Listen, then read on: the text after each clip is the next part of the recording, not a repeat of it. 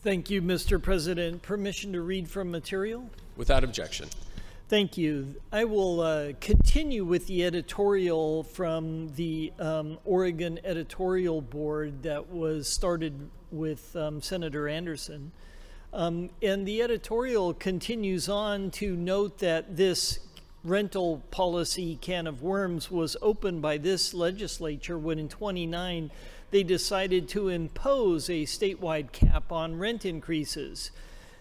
That came at the behest of certain individuals, but that Senate Bill 608 adopted a cap of 7%.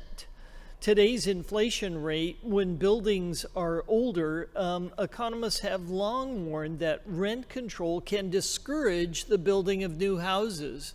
So now in these past couple of years, do we have more houses or fewer houses? The article continues on. The lack of supply and the generous range in Senate Bill 608 offered sort of a middle ground that would at best prevent the most extreme increases while acknowledging the need for keeping the rental industry intact and allowing them to cover their costs, reserve funds for maintenance, and exchange risk investment carries.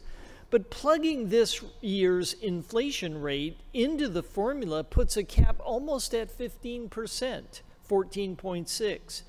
Even tenants who aren't facing the maximum are now struggling with increases that they can barely afford.